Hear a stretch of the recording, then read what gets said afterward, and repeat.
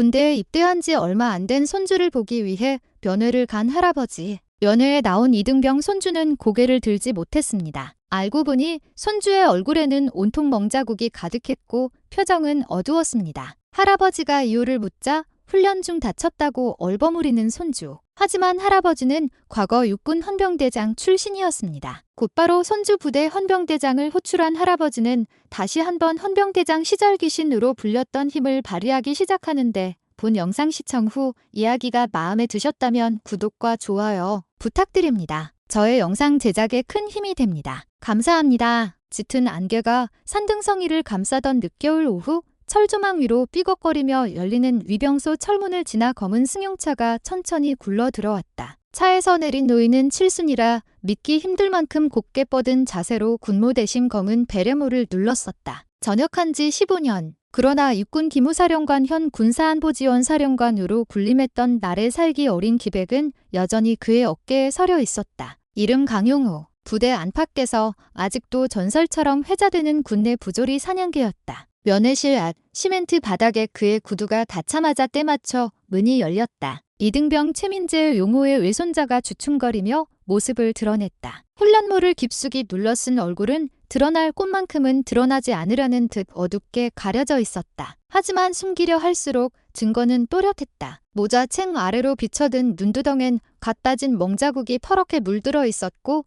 입술 한 켠은 마치 돌에 찍힌 듯 터져 말라붙어 있었다. 용호는 단 한 번의 눈길로 모든 상황을 꿰뚫었다. 오랜 세월 병사들의 거짓 보고와 가해자들의 눈빛을 분간하며 살아온 시선이 얼어붙은 공기를 쪼개고 들어갔다. 민재는 군기가 몸에 배어 최대한 의젓한 동작으로 경례를 올렸지만 오른손이 떨렸다. 부자연스러운 동작 뒤에서 숨죽이고 흐르는 두려움. 그것은 패잔병의 공포라기보다는 아직도 계속되는 폭력의 공황이었다. 무슨 일 있었냐? 노인의 낮은 목소리는 부대 울타리보다 깊은 그늘을 드리웠다. 민재는 한 박자 늦게 웃음을 지으려 애썼다. 훈련하다가 넘어졌어요. 할아버지. 용호는 그 미세한 망설임, 올라가지 않는 음조, 그리고 팔꿈치 주변에 드문드문 드러난 푸른 자국을 보며 속으로 숫자를 헤아렸다. 타인의 폭력이 주먹으로, 발길질로, 사고로 탈바꿈에 보고되기까지 걸리는 시간. 반 10걸음. 그는 이미 12걸음째였다. 면회실 밖 바람이 철조망을 긁는 듯한 소리를 내며 몰아쳤다. 용호의 기억 깊은 곳에서 마치 헌병대 전투와 끈을 묶던 소리가 되살아났다. 이 순간부터 그의 내면 시계는 다시 군 시계로 바뀌었다. 규정, 절차, 그리고 필요하다면 무력, 정의를 위해 총이 아닌 권위를 꺼내 들었던 수많은 밤이 떠올랐다. 민재야, 넘어져서 이렇게 되진 않는다. 용호는 천천히 의자에 앉으며 눈빛으로 손자를 붙들었다. 말해라. 내가 말 안 해도 내가 다 찾아낼 거다. 그리고 그땐 누가 너를 괴롭혔든 군 생활 오늘부터 지옥이 될 거야. 복도 끝에서 지켜보던 위병소대장은 긴장한 듯 군무를 벗어 손에 쥐었다. 그 눈빛 속에 스쳐간 불안. 그것이 용호에게 절대적인 확신을 심어줬다. 이 부대 어딘가에서 썩은 고름 냄새가 피어오르고 있었다. 그리고 그는 평생 그 악취가 퍼지는 것을 막기 위해 살아온 사나이였다. 용호는 미세하게 굳은 주름 사이로 냉소적인 미소를 지었다. 손주의 흔들리는 동공 너머로 자신을 막아설 장벽들이 차례로 무너지는 상상을 했다. 이미 전역한 노장에게 군 계급장은 더 이상 필요 없었다. 그는 군복 대신 냉혹한 정의감을 꺼내 입고 있었다. 그날 아무도 몰랐다. 평범한 연회로 시작된 이 하루가 곧 군내 최악의 은폐 사건을 파헤치는 지옥의 문을 열어젖히는 시발점이 되리란 사실을. 강용호는 면회실을 나서자마자 곧장 부대 외곽의 자그마한 관사로 향했다. 사흘 전 미리 예약해둔 방문객 숙소였다. 굽이진 산길을 따라 걷는 동안 겨울빛이 남은 마른 솔숲 사이로 저물녘 노을이 숲빛 장막처럼 내려앉으며 기이한 정적을 느렸다. 그는 손주에게서 뚜렷이 감지한 공포의 냄새를 곱씹듯 음미하다가 마침내 관사 현관을 열고 들어가자마자 군복 대신 챙겨온 노트북을 펼쳤다. 군인공제회 게시판, 전역자 커뮤니티, 익명 제보 SNS. 거칠지만 빠른 손놀림으로 키워드를 던져 넣으며 한동안 잠잠했던 시절의 촉을 되살렸다. 최근 사군단 8연대 병영 부조리 제보 있음. 중사 박형근, 대위 고영민 실명 거론, 피해 병사 외상 흔적 다수 익명 게시글이 눈에 꽂히는 순간 용호는 눈을 가늘게 떴다. 시간대가 민재가 입대한 뒤에 겹쳤다. 댓글들은 대체로 삭제되거나 흔적만 남아 있었으나 짧은 비명 같은 문장들이 도배되어 있었다. 야간 경계 근무, 월차려 명목 손목 골절 환자실 대신 내무반 감금 가슴 한복판에서 냉기가 아닌 뜨거운 피가 솟구이는 듯했다. 그는 곧장 휴대폰을 꺼내 옛 부하인 정우성 소령에게 연락을 시도했다. 정소령은 당시 기무학교에서 그에게 혹독하게 단련받은 뒤 현재는 육군본부 군사경찰단에 근무 중이었다. 전화를 받자마자 들려오는 예의 바른 군인 음성 뒤편으로 전산실 특유의 쿵쿵 울리는 서버 소음이 새어나왔다. 정소령, 강용호다. 너희들 비에 사군단 8연대 관련 가혹 행위 신고 기록된 거 있나? 선배님, 바로 확인해 보겠습니다. 잠시만요. 최근 한 달 사이 접수됐는데 모두 증거 불충분으로 종결 처리됐네요. 증거가 없다고? 피멍 든 사진 몇 장이면 충분했을 텐데. 제보자가 사진 대신 진술서만 제출했고 해당 중대에서 사고 중 부상으로 일괄 보고해버린 것 같습니다. 원본 진술서 스캔본 확보해. 그리고 사건 담당 군사경찰 조사관 연락처 방금 내 메일로 보내. 알겠습니다. 다만 선배님, 이미 종결된 사안의 외부 개입은 내가 외부냐? 현역 때도 무단점거 부대 싹 털어놨는데. 죄송합니다. 30분 안에 전달드리겠습니다. 전화를 끊은 뒤 용호는 관사 침대 위로 놓인 민재의 면회증을 손끝으로 쓰다듬었다. 이 다음 면회날을 기다릴 여유는 없었다. 피해 사실이 명확해질수록 가해자는 흔적을 지우기 마련이고 군대는 하루 아니 1시간 만에 증거를 폐기할 수 있는 폐쇄된 공간이었다. 그는 자신의 신분증과 전역증 사본을 깔끔히 정리해 서류 가방에 넣고 새벽까지 이어질 짬복을 대비해 전투화 끈을 다시 묶었다. 바로 그때 휴대폰이 또다시 울렸다. 발신인은 낯선 번호. 받아보니 다급한 숨소리로 한 젊은 목소리가 새어나왔다. 혹시 민재, 이등병 가족분 맞으시죠? 누구냐? 저 유하준 소위입니다. 중대 3소대장. 저 잘못된 일 알고 있습니다. 하지만 중사 박형근이 목소리는 갑자기 끊겼다. 군 내부 회선 특유의 삐하는 잡음 뒤에 서늘한 침묵이 이어졌다. 용호는 즉시 전화를 다시 걸었지만 통화 연결이 되지 않습니다라는 기계음만 흘러나왔다. 유하준 정보가 맞다면 초임 장교 일터, 중사 박형근에게 찍히면 장교 생활은 물론 생계까지 박살 날 공산이 컸다. 용호는 전역 전 마지막으로 지휘했던 기무사에서 목격한 수많은 장교들의 침묵을 떠올렸다. 이 소위를 아직 완전히 입을 닫기 전에 구해내야 했다. 그렇지 않으면 억압된 공포가 또 한 명의 공범을 만들 것이었다. 용호는 곧바로 노트북을 닫고 관사 불을 껐다. 창밖 산등성이에는 눈발 대신 싸늘한 달빛만 흐르고 있었다. 그가 차 문을 열어 젖히는 순간 뒷좌석에서 가방 속 금속 상자가 살짝 굴러 부딪히며 묵직한 철음이 울렸다. 전역하던 날 반납하지 않고 기념품처럼 남겨둔 녹슨 수갑 한 쌍. 억울한 사람이 두 손 모아왔다가 내 손에 채워준 물건이라며 웃곤 하던 오래전 동료의 얼굴이 떠올랐다. 그는 수갑을 다시 조용히 밀어넣고 시동을 걸었다. 헤드라이트가 산길을 가르며 부대를 살짝 벗어나자 군 부대 경계등은 점점 뒤로 멀어졌다. 그러나 그의 싸움은 이제 막 시작되고 있었다. 이 싸움에서 패배한 민재 같은 병사들이 다시는 세상 밖으로 고개를 들 수 없게 되는 것을 의미했다. 피로 얼룩진 진실의 실밥은 이미 한 올 풀려 있었고 강용호는 그것을 끝까지 잡아당길 짝정이었다. 그날 밤 용호는 소령 정우성이 보내온 자료를 바탕으로 즉각 움직였다. 먼저 연락을 받은 사건 담당 군사경찰 조사관에게 전화를 걸었지만 수화기 너머의 목소리는 마치 녹음된 안내 멘트처럼 단답으로만 일관했다. 진술서 분실, 사진 없음, 기억 안 남. 용호는 서류상 사각지대를 만들어 사건을 묻어버리는 수법이 여전하다는 사실의 이를 악문 채 통화를 끊었다. 이튿날 새벽 용호는 사복 차림으로 부대 정문 근처 작은 휴게소에 자리를 잡았다. 오가는 군용 버스를 유심히 살피며 전역자 복장을 한 청년을 찾아냈다. 제대복에 실려있던 패치 모서리가 헤어진 것을 보고 그는 서슴없이 다가가 명함을 건넸다. 강용호, 내가 겪은 일을 기록해두면 어떻겠나? 청년의 동공이 흔들리며 미세하게 초잠을 잃었다가 풀린 눈으로 명함을 내려다봤다. 그는 입술을 씹더니 밤마다 총구로 입 맞고 화장실 앞에서 폭행당했습니다라는 말을 무심히 흘렸다. 이젠 다 끝났다고 중얼거리며 버스에 올라탔다. 창문에 비친 그의 표정을 본 순간 용호는 마음속에서 무언가가 무너져 내리는 소리를 들었다. 용호는 그 길로 정소령과 접선하기 위해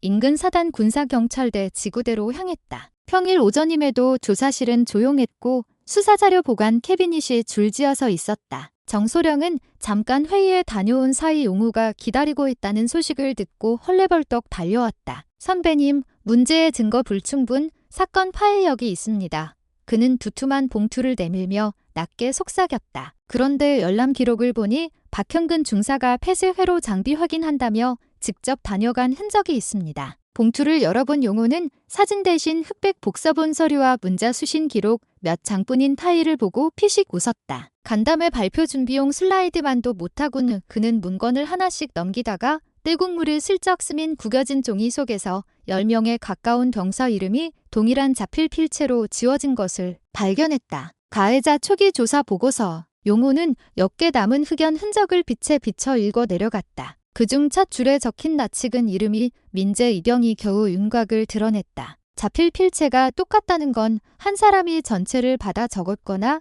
강제 서명받은 거지. 용우가 문서 모서리를 두드렸다. 정소령이 고개를 끄덕였다. 그리고 보고 단계에서 훼손됐습니다. 원본 PDF가 서버에서 사라진 날짜와 박 중사가 시스템 접속한 날짜가 같습니다. 용우는 의자를 뒤로 밀며 일어섰다. 그렇다면 이제 저 작자를 직접 조회해 봐야겠군. 그는 당일 저녁 부대 영내 군사경찰 초소 근처까지 정소령의 비공식 배치를 받아 들어갔다. 군모 대신 평범한 점퍼를 걸친 용우는 군사경찰 보안 게이트를 통과하며 자신이 전역한 뒤 변경된 출입 절차를 묵묵히 따랐다. 초소 내부 CCTV의 사각지대에 숨은 뒤 정소령이 건넨 보급용 휴대 무전기를 귀에 댔다. 박형근 중사, 이제 막 행보관실 근무 교대 끝났습니다. 피지 방면 이동, 무전기 속 목소리가 조심스레 떨렸다. 용우는 은은한 형광등 아래 길게 들이운 회색 복도를 따라 발소리를 죽여 걸었다. 회관 끝 구석, 출입 금지판 뒤편의 쪽문이 삐걱 열리며 박 중사가 나타났다. 그는 개인 휴대폰을 귀에 댄 채 그래 쫄병들 요즘엔 찍소리도 못해라며 비릿하게 웃고 있었다. 용우는 한 발 두 발 다가갔다. 중사 박형근. 낯선 노인의 목소리에 박 중사는 고개를 돌렸다. 기무사령관 직책 표장은 없었으나 그 눈빛은 똑같았다. 군 생활 내내 고참들조차 언급하기 꺼렸던 늑대장 이 서늘한 응시. 박 중사는 반사적으로 경례를 올리려다 멈칫 눈꺼풀을 찡그렸다. 누구십니까? 신원. 전역한 중령 강용우. 용우는 천천히 지갑에서 전역증 사본을 꺼냈다. 내가 묵살한 피해자 중 한 명이 내 손주다. 박 중사의 얼굴에서 경계심이 비웃음으로 바뀌는 데는 1초도 걸리지 않았다. 전역하셨으면 그냥 쉬시죠. 요즘 군사경찰은 당신 세대 방식 안 통합니다. 그는 말을 잇지 못했다. 용우가 핏줄 선 손으로 그의 휴대폰을 낚아채 벽에 내리찍는 순간 액정이 산산조각 나며 야간 복도의 날카로운 파편 소리가 터졌다. 이어 용호의 목소리가 칼처럼 잘렸다. 지금부터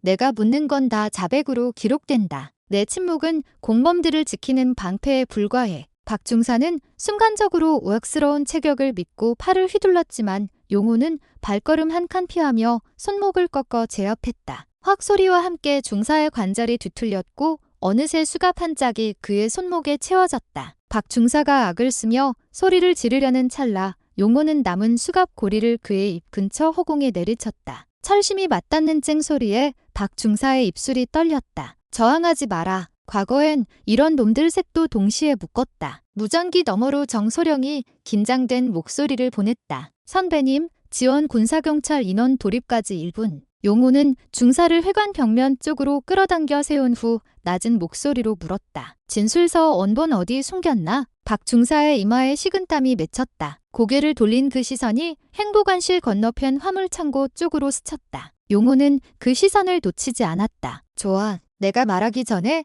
이미 내 눈이 말했다. 고지어 복도 끝에서 군사경찰 복장을 갖춘 인원 2명이 달려왔다. 용호는 한 발 물러서며 자신을 향해 격려하듯 경례를 붙이는 부하들의 눈빛을 받았다. 이제 첫 조각이 손에 들어왔다. 화물창고 수색으로 진실의 문이 열리면 민재를 올가맨 침묵의 족쇄도 드디어 풀리리라. 피곤이 몰려왔지만 용호의 등줄기엔 저녁 이후 느껴본 적 없는 전율이 스쳤다. 그는 알았다. 박형근이 꺼낸 입술 한마디, 한 장의 사진, 한 줄의 메타데이터가 군 전체를 뒤흔드는 도화선이 될 것임을. 그리고 그 순간까지 자신은 단 한 걸음도 뒤로 물러서지 않을 것임을. 창고문이 열리자 낡은 전등 한 개가 깜빡이며 푸른 빛을 토했다. 먼지 낀 드럼통과 적재함 사이 탁자 위에 보급용 노트북과 외장하드 몇 개가 어수선하게 널려 있었다. 군사경찰 수사관들이 증거봉인 봉투를 꺼내 정밀 촬영을 시작했고 박형근 중사는 수갑에 묶인 채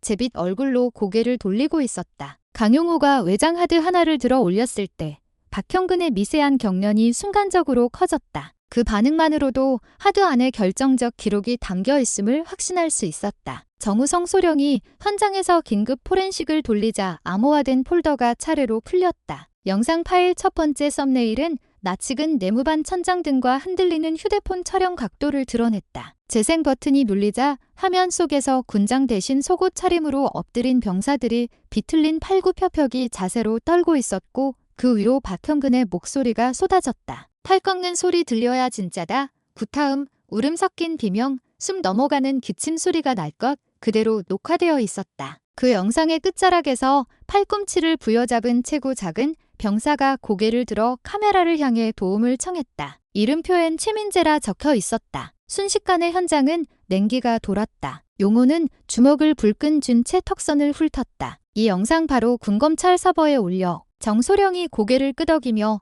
복사본을 만들어 암호화된 전송 채널로 보내자 서버 접속 이력이 실시간으로 모니터에 찍혔다. 동시에 부대 연대본부에서 급하게 접근을 시도하는 로그가 찍히고 곧바로 삭제 명령이 따라붙었다. 상층부가 이미 파장을 감지하고 수습에 돌입한 것이다. 그때 군사경찰대 무전망이 거칠게 튀었다. 연대장 지시, 현장 수색 즉시 중단, 증거물 군사경찰대 보안실 반입 금지. 수사관들이 서로를 바라보며 망설였다. 정소령이 숨죽여 용호에게 속삭였다. 상부가 막아버리면 증거 사라집니다. 용호는 복도 끝으로 시선을 던졌다. 문틈 저편 군검찰 파견 장교들이 이미 달려오는 기척이 느껴졌다. 시간 없다. 그는 외장하드를 품에 넣고 파쇄 직전에 종이 서류 뭉치를 들추어 손글씨 서명 위에 흐릿하게 찍힌 붉은 지장까지 확인했다. 이어 수사관 한 명에게 고개를 들었다. 지금부터 영상 캡처본 스틸 이미지를 만들고 모든 피해자 얼굴에 모자이크 처리해라. 그리고 군인권센터와 국방부 장관실 팩스로 동시에 보내. 익명 제보 형식으로. 수사관이 머뭇거렸다. 직속 상관 승인 없이 대외 전송은 내가 승인권자다. 용호는 낮지만 단호한 목소리로 잘랐다. 전역했어도 군사경찰 수사 매뉴얼은 여전히 내 머릿속에 있다. 명령 위법 상관없다. 이미 법이 죽었으니까. 수사관의 눈빛이 흔들리다 굳어졌다. 그는 곧바로 복사기에 영상을 프레임별 출력하기 시작했다. 몇 분 뒤 달려온 연대 군사경찰 감찰관이 호흡을 가다듬으며 소리쳤다. 모든 수사 활동 정지, 군 검찰 이송까지 대기. 용호는 서류 가방을 굳게 닫고 감을 수 없는 열쇠로 채워 넣었다. 이미 증거는 3중으로 백업됐다. 삭제해봐야 서버 새 군대의 실시간 업로드 끝났다. 대구 대신 상대의 얼굴에 처음으로 공포가 스며들었다. 그 순간 복도 맞은편에서 누군가 헐레벌떡 뛰어왔다. 유하준 소희였다. 그는 손끝에 붕대를 감고 있었다. 강용호 중령님, 추가 피해자 명단입니다. 떨리는 손에 쥔 노트는 일주일 전 병사들이 몰래 돌려보던 피해 일지 원본이었다. 인원, 날짜, 폭행 강도, 가혹 행위 방법이 빼곡히 적혀 있었다. 서툰 필체로 살고 싶어요라 적힌 마지막 줄이 노트 밖으로 삐져나와 있었다. 용호는 노트를 받아들며 유소희를 바라봤다. 이 기록으로 내 인생이 뒤집힐 수도 있다. 유하준이 고개를 숙였다. 이미 뒤집혔습니다. 제 양심까지 짓밟히는 것만은 못 견딥니다. 그 순간 밖에서 구급차 사이렌 소리가 들려왔다. 구타 피해 병사 중 한 명이 자해를 시도해 의식을 잃었다는 무전이 이어졌고 분위기는 철판처럼 무거워졌다. 더 늦기 전에 전체 진술 확보한다. 용호는 병사들이 모여있는 의무반으로 발걸음을 옮겼다. 의무반 문을 열자 약품 냄새 뒤로 하얀 침대에 누운 민재가 창백한 얼굴로 힘겨운 숨을 내쉬고 있었다. 용호의 구두가 스테인리스 바닥을 울릴 때마다 민재의 눈가가 미세하게 떨렸다. 병상의 다른 피해자들은 붕대와 깁스에 쌓인 채글을 바라봤다. 피로 얼룩진 군 생활 속에서 다들 누구 하나 든든히 기댈 존재를 제대로 본 적이 없었으리라. 용호는 천천히 마스크를 벗고 민재의 손을 잡았다. 할아버지가 약속했다. 오늘부터 너희가 숨쉬는 공기 그 누구도 더럽히지 못하게 하겠다고. 주변의 병사들이 처음으로 눈빛에 온기를 띄었다. 그 온기는 두려움과 절망을 뚫고 번지는 작은 불씨 같았다. 바로 그때 부대 방송 스피커에서 거친 음성이 흘러나왔다. 전 간부에게 알린다. 외부 언론 접촉 시 군사 기밀 누설로 처벌될 수 있으니 각별히 유의하라. 강압적인 경고문과 동시에 인트라넷 접속이 차단되었다. 곧 이어 본부 군사경찰단장 명령으로 모든 외부 전화가 통제된다는 전언이 돌았다. 용호는 정소령에게 귓속말로 속삭였다. 이제 이 사건은 군 내부만으론 못 다룬다. 내 역량도 한계야. 다음 단계로 넘어가야지. 그는 휴대폰을 꺼내 번호를 눌렀다. 짧은 신호음 끝. 그의 옛 동기이자 현재 국방부 감사관실 고위직에 있는 인물이 전화를 받았다. 민원실 통로 전부 닫혔나? 단호한 대답이 돌아왔다. 대령님, 이미 언론도 냄새 맡았습니다. 타임라인 6시간 내 기사 뜹니다. 용호는 창밖으로 빠르게 몰려오는 군경 합동 차량의 경광등을 바라봤다. 과거와 달리 SNS 한 줄, 영상 한 장이 군의 장막을 찢는 시대였다. 이 전투는 지휘봉보다 여론이 무겁다는 것을 오래된 군인조차 부정할 수 없게 된 시대였다. 그리고 개혁을 외치던 이들이 침묵했을 때 그는 또다시 칼날을 들었다. 달빛 아래 서슬 시퍼런 산등성이 위로 군사경찰 차량의 헤드라이트가 줄지어 들어왔다. 여기서 물러서면 민재가 아니 복도에서 눈물 삼키던 수많은 젊은 병사들이 영영 침묵에 갇힐 것이다. 용호는 외투 주머니에 손을 넣어 녹슨 수갑의 마지막 빈 고리를 쥐었다. 이승에서든 군법정에서든 우린 끝까지 간다. 그의 눈동자에 비친 경광등이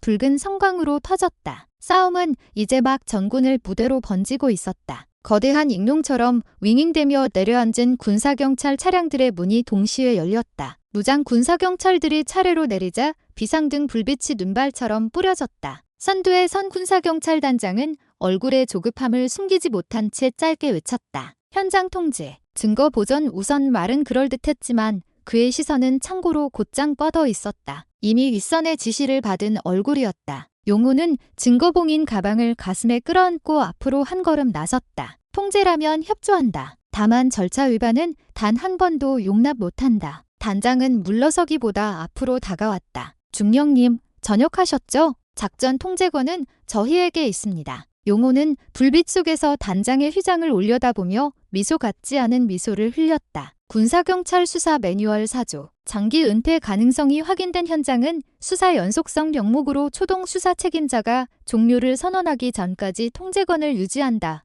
내가 오늘 이 현장 첫 수사 책임자다. 단장의 표정이 굳었다. 뒤쪽에서 정우성 소령이 노트북을 든 채로 끼어들었다. 단장님, 서버 백업은 이미 국방부 감사관실로 동기화됐습니다. 누락된 메타데이터까지 포함해서요. 피하듯 뱉은 그 말이 단장의 마지막 한숨을 삼켰다. 영리한 군인은 언제나 자신이 진 격전에서 싸우지 않는다. 단장은 교묘하게 고개를 끄덕이고는 현장 보존 명령을 내렸다. 그러나 그의 뒤에서 또 다른 압력이 몰려오고 있다는 건 누구보다 용호가 잘 알고 있었다. 고지어 군검찰 파견팀이 도착했다. 대령 계급장을 단 수사관이 첫 문장부터 날을 세웠다. 군형법상 직권남용 혐의로 참고인 조사를 요청합니다. 전역자 신분이라도 비협조시 사법 처리됩니다. 용호는 가방을 조용히 내려놓았다. 참고인 조치. 난 지금 이 시점 이후로 증거인멸 혐의가 너희에게도 적용될 수 있다는 걸 명심해. 대령은 대구 대신 서류철을 꺼냈다. 법무관 2명이 뒤에서 진술 조사를 준비했다. 조사가 시작되자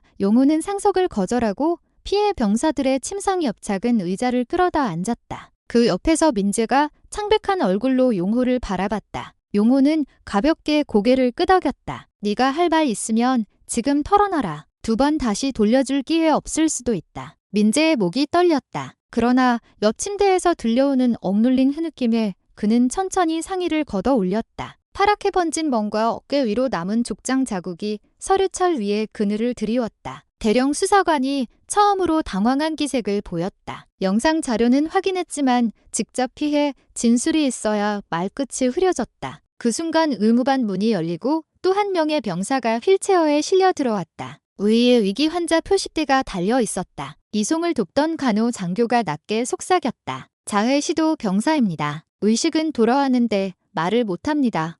혈관에 꽂힌 라인이 미세하게 흔들렸다. 대령의 펜이 멈췄다. 그가 바라보는 시선적 끝엔 자리에서 일어난 유하준 소희가 있었다. 저 병사 제 소대원입니다. 유소희의 목소리는 떨림 대신 맑은 투명함이 서렸다. 폭행 당시 제가 현장을 봤지만 말리지 못했습니다. 명령에 복종할지 양심에 복종할지 끝없이 갈등했습니다. 지금 이 순간까지도 직무유기입니다. 그래서 모든 걸 기록했습니다. 그는 주머니에서 작은 USB를 꺼냈다. 소대 회의실 CCTV 백업, 야간 점호 이상 행동 보고 메일, 그리고 폭행 직후 휴대폰으로 은밀히 촬영한 사진들이 저장되어 있었다. USB를 본 대령이 안색을 되찾았다. 증거임이 취득은 불법입니다. 민형사상 책임이. 용호가 말을 끊었다. 불법 증거 배제 원칙. 군형법 307조 폭행, 협박으로 얻은 진술 배제 조항이지. 하지만 이건 피해자 보호 목적의 고지 없는 촬영이다. 포괄적 인권 침해 입증 자료로 예 인정 가능하다. 그리고 당신이 그 조항 만든 것도 아니지. 대령은 잠시 입을 다물었다. 현장에 흐르는 공기가 더는 단순한 협박으로 수그러들지 않을 정도로 밀도가 높아지고 있었다. 그때 부대 방침 변경을 알리는 방송이 다시 울렸다. 본부 직할 특별조사단이 도착한다. 전 간부와 병사는 즉시 생활관에서 대기 통제권이 사단을 넘어 군 최고 지휘로 옮겨졌다는 신호였다. 군법무실에선 이미 실체 규명 우선이라는 말이 흘러나왔고 언론은 SNS로 퍼진 영상 스틸을 2시간 만에 속보로 내보냈다. 국방부 대변인실이 긴급 브리핑을 예고하자 사단 참모들은 하나둘 전화기를 붙들고 파랗게 질렸다. 용호는 사건 현장의 중심에서 느리게 숨을 내쉬었다. 불과 하루 전 그는 평범한 변호객이었다. 지금 그는 군 전체를 상대로 한 전면전에 선봉이 되어 있었다. 하지만 그 어느 때보다 마음이 차분했다. 민재가 그리고 그 옆 침대의 젊은 병사들이 작게나마 안도의 숨을 토했다는 사실만으로도 싸울 이유는 충분했다. 정우성 소령이 다가와 조용히 귓속말했다. 특별조사단장 명단에 선배님 이름이 올라왔습니다. 민간자문위원 자격으로요. 용호는 눈썹을 올렸다. 윗선이 명분을 찾는군. 그래, 판 깔렸을 때 끝장을 봐야지. 멀리 군악대 연습 대신 들려오던 겨울 바람이 그 순간 마치 거대한 관중의 함성처럼 소용돌이쳤다. 첫 발을 떼기까지 길었던 망설림은 이미 사라졌고 남은 건 끝까지 전진하겠다는 단순한 의지뿐이었다. 용호는 다시 증거 가방의 잠금 장치를 확인했다. 넘겨줄 때까지 이 가방은 그의 심장과 같았다. 시계를 보니 22시 47분. 군부대가 하루를 닫을 시간이었다. 하지만 오늘 밤 부대의 전기불은 꺼지지 않을 것이다. 번쩍이는 수사등 아래 부조리와 침묵의 장벽이 마침내 무너지기 시작한 밤. 누구도 감히 군인은 말없이 참는다고 되뇌지 못할 낀 고발의 밤이 막 오르고 있었다. 밤이 깊어질수록 부대는 마치 거대한 현미경 아래 놓인 표본처럼 속살을 드러냈다. 특별조사단 차량이 도착하자 행정통제실, 서버실부터 탄약고 출입 기록까지 실시간으로 봉인되었고 각 중대별 생활관은 임시격리구역으로 전환되었다. 젊은 병사들은 침낭을 뒤집어 쓰고 속삭였고 간부들은 휴대폰 배터리를 뽑아 책상 서랍에 숨겼다. 누구도 누가 언제 무엇을 불어버릴지 알 수 없었다. 조사단장의 개회 브리핑은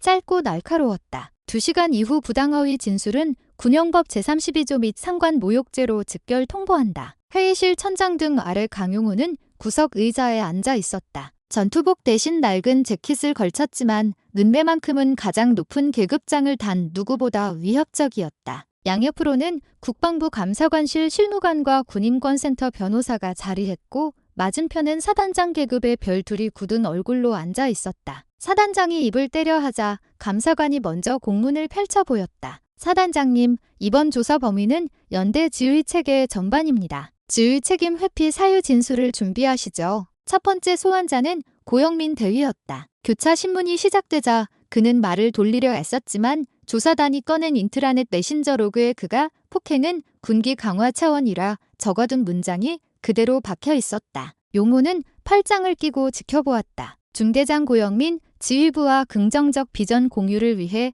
군기라는 명분을 내세웠다고 진술했습니다. 변호사의 중립적 어투가 낭독될 때마다고 대위의 얼굴은 석회처럼 굳어갔다. 이어 재생된 휴대폰 음성 파일 속에는 그가 박형근 중사에게 적당히 덮어라고 속삭이는 대화가 또렷했다. 두 번째 증인석에는 박형근 중사가 앉았다. 이미 한 팔에는 수갑이 채워져 있었고 다른 팔엔 깁스 대신 임시 부목이 감겨 있었다. 그는 혀를 굴려 유리알 같은 목소리로 변명했다. 우월적 지위를 이용했다는 건 오해입니다. 병사들이 직접 담배 피우고 싶다고 해서. 증언 도중 의무반에서 청진기를 들고 온 군의관이 그의 말을 끊었다. 박중사, 지난달 당신이 파스도프 명목으로 병사에게 강제 노출시킨 사실, 세균 감염 의심 진단서가 제출됐습니다. 회의실 공기가 얼어붙었다. 박중사의 눈빛이 흔들렸다가 결국 다 터트린 사람처럼 기운이 빠져 고개를 숙였다. 새벽 2시가 넘어서야 강용호가 증인석에 섰다. 조사단장은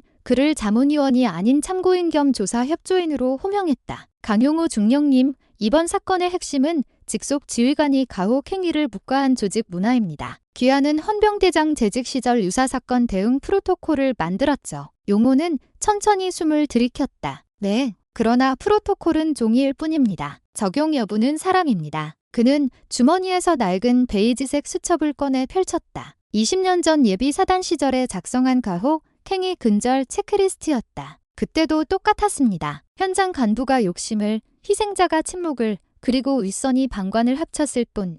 조사단은 수첩을 받아들어 페이지를 넘겼다. 손글씨로 빼곡히 적힌 가해 유형, 은폐 방식, 재발 방지 예산이 2025년 오늘의 폭력과 기막히게 일치했다. 회의실에 앉은 간부들 일부가 고개를 떨어뜨렸다. 20년이 지났어도 바뀐 건 말단 병사의 군복뿐이라는 용호의 마지막 말이 잔영처럼 맴돌았다. 날이 박자 언론은 사단 집단 구타 은폐라는 큼지막한 헤드라인을 일제히 띄웠다. 사회관계망을 타고 피해 영상이 재유포되자 국방부 청문회 요구가 폭발했고 여당 국방위원장은 국가 차원의 대수술을 약속했다. 증거가 생중계되다시피 공개되자 사단장은 기자회견을 자청해 굳은 표정으로 모든 책임은 지휘관인 내가 지겠다고 말했지만 그의 뒷짐진 두 손은 미세하게 떨렸다. 병사들의 진술 청취가 끝나갈 즈음 용호는 민재를 다시 찾아갔다. 민재는 세 붕대를 감고도 한결 편안한 표정이었다. 할아버지, 많이 시끄러워졌죠?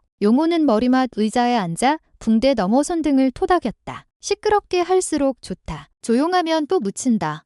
창밖엔 회색 구름 사이로 겨울 아침 햇살이 비스듬히 비쳤다. 그 빛은 민재의 멍자국 위로 내려앉아 조금씩 색을 걷어내는 듯했다. 그러나 반격도 시작되고 있었다. 부대 상급부대 작전처는 기강회의 책임을 민재 소속 중대에만 돌리며 빠져나가려 했다. 감찰 결과를 정치 노름으로 푼 뒤 10명 남짓한 간부만 희생양으로 삼아 수습하려는 조짐이 보였다. 조사단 내에서도 군 기강 전반 문제로 확대하면 정권 타격이라는 속내가 흘러나왔다. 정우성 소령이 서류를 들고 달려왔다. 선배님, 검찰단에서 사건을 두 갈래로 분리하려 합니다. 주범 공범만 기소하고 상급 지휘 책임은 징계선에서 마무리할 모양이에요. 용호는 보온병 뚜껑에 따른 커피를 한 모금 삼켰다. 그럼 우린 감춰진 보고서를 공개해야지.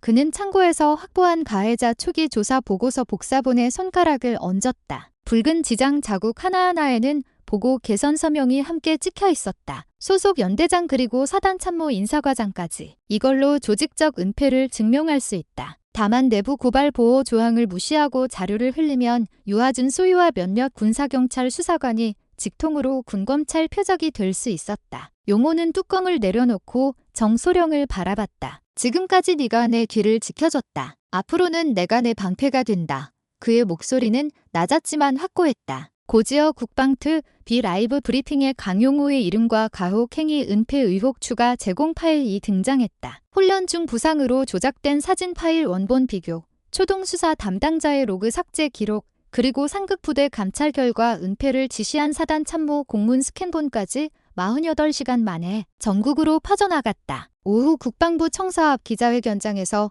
용호는 깔끔한 정장 차림으로 섰다. 양옆엔 군인권 센터장과 여야당 국방위원이 자리했고 그의 앞엔 카메라 수십 대가 번뜩였다. 나는 이 사건의 시작과 끝을 목격했다. 그는 차분하게 그러나 망치처럼 무거운 한 문장씩을 던졌다. 수십 년 전에도 그랬고 오늘도 그랬다. 군은 변화를 말하지만 폭력은 여전히 제복을 숨는 은신처다. 변화를 거부하면 국민의 세금은 영원히 공짜 보호막이 아니다. 기자들의 셔터 소리 위로 뒤편 행인들까지 박수를 치며 함성을 올렸다. 그 시각 사단 연병장에선 불시 점검이 시작됐다. 군사 경찰견이 생활관을 수색했고 불법 보관된 가혹 행위 징벌 물품 후 야전삽 손잡이를 잘라 만든 자작 곤봉, 군장에 붙은 쇠파이프, 가스 마스크, 체벌용 덕트 테이프이 줄줄이 발견됐다. 이제 군검찰이 사건을 축소하기엔 늦었다. 여론, 증거, 국회, 그리고 내부 양심 고백까지 한 덩어리로 굴러가기 시작했기 때문이다. 밤이 내려앉자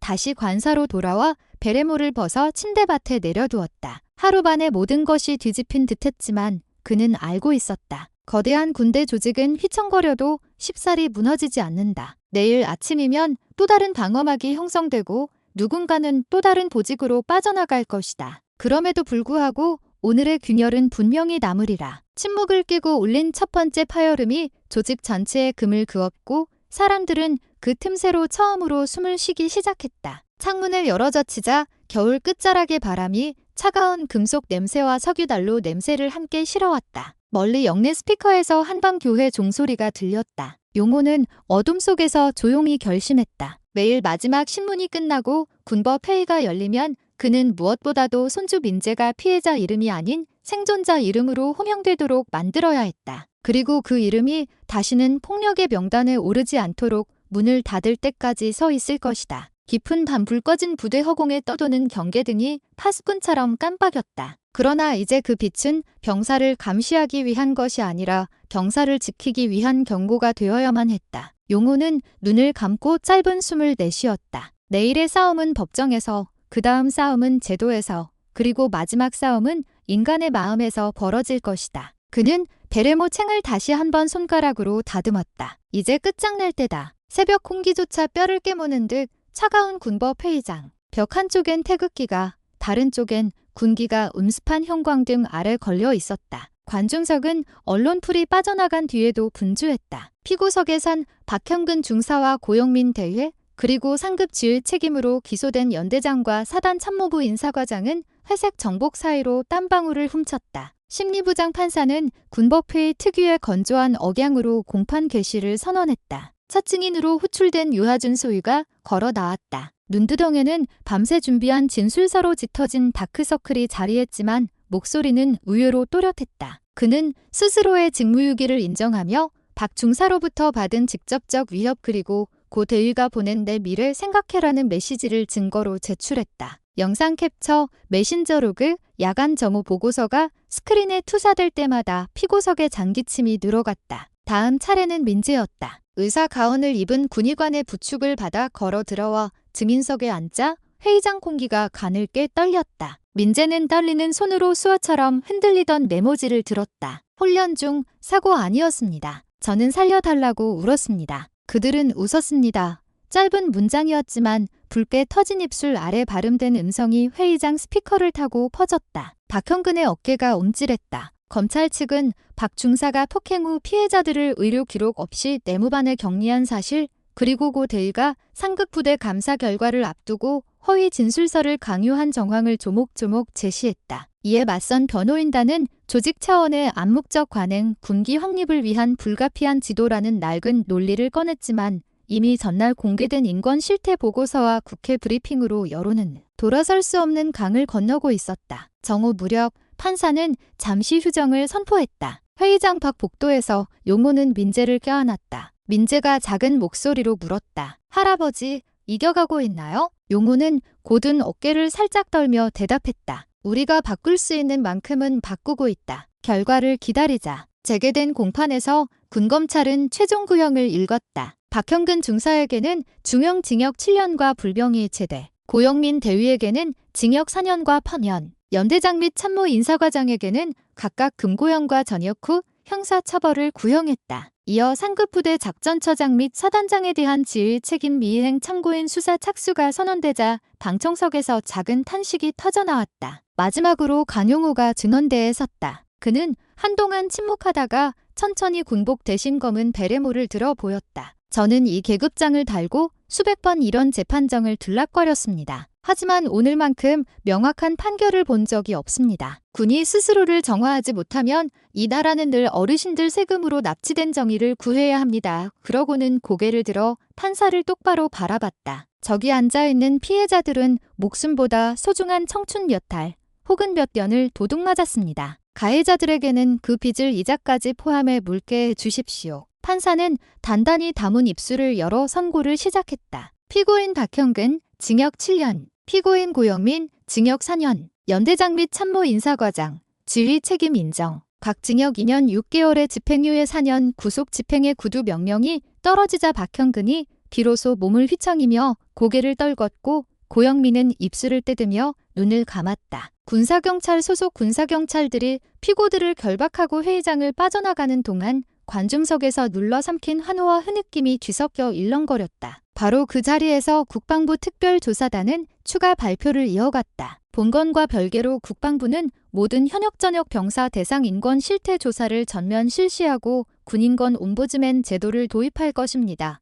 기자들은 휴대폰을 흔들며 실시간 속보를 작성했고 몇몇 병사 가족들은 서로를 안고 눈물을 흘렸다. 회의장 밖 옅은 눈송이가 흩날리기 시작했다. 용호는 민재와 함께 홀로그램처럼 부유하는 흰 점들을 바라봤다. 민재가 작게 중얼거렸다. 할아버지, 이제 끝난 걸까요? 용호는 고개를 저었다. 끝이 아니라 시작이다. 네가 다시 부대로 복귀할 땐 누군가 또 다른 민재를 지켜줄 시스템이 있어야 한다. 그때 정우성 소령이 뛰어왔다. 선배님, 인권센터에서 제안이 왔습니다. 군내 부조리 근절 민간 자문위원회 상임 고문직 수락해달라고 합니다. 용호는 눈을 감았다 뜨며 허리춤을 고쳐 세웠다. 그럼 해야지. 내 손자 세대가 그리고 그 다음 세대가 군복을 입을 때쯤에는 이 법정이 필요 없는 세상을 만들어야 하니까. 멀리 군사경찰 호송 차량 사이렌 소리가 눈발을 가르며 사라졌다. 회색 하늘 한복판에서 구름이 갈라지고 미약한 햇줄기가 내려왔다. 그 빛은 용호의 주름진 이마 위에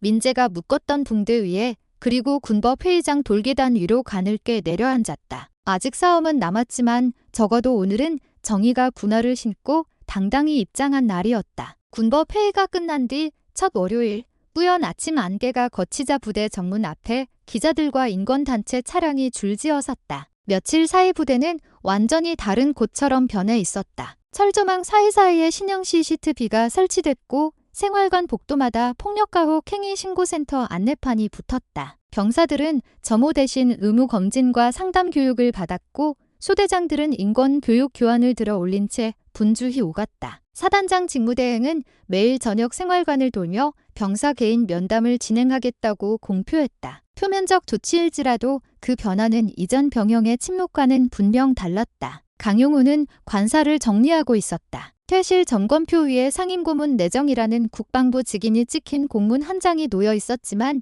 그는 아직 사인을 하지 않았다. 하루에도 수십 건씩 밀려드는 언론 인터뷰 요청서보다 중요했던 건 손주의 얼굴이었다. 침대맡 민재가 병원에서 보내온 사진이 놓여 있었다. 붕대는 풀렸고 멍자국은 옅어졌지만 무엇보다 눈빛이 달라져 있었다. 병사 대표 자격으로 군 인권 개선 포럼 패널에 초대받았다는 문자 밑엔 할아버지처럼 용기를 내보겠다는 짧은 메시지가 적혀 있었다. 정우성 소령이 차 한 잔을 들고 찾아왔다. 선배님, 군인권 옴부즈맨 조직 설립안이 통과될 것 같습니다. 국회에서 초당적 합의가 이루어졌어요. 용호는 창밖을 내다보며 고개를 끄덕였다. 멀리 새로 설치된 LED 전광판의 무관용 원칙, 공감으로 지휘라는 문구가 번쩍였다. 오래전 구호들처럼 공허하게 사라질지 아니면 뿌리내릴지는 시간이 증명하겠지만 최소한 시작점은 확보된 셈이었다. 그날 오후 군사경찰 호송버스가 부대를 빠져나가는 모습을 마지막으로 목격했다. 버스 창문 너머로 박형근과 고영민의 그림자가 스쳐 지나갔다. 누구든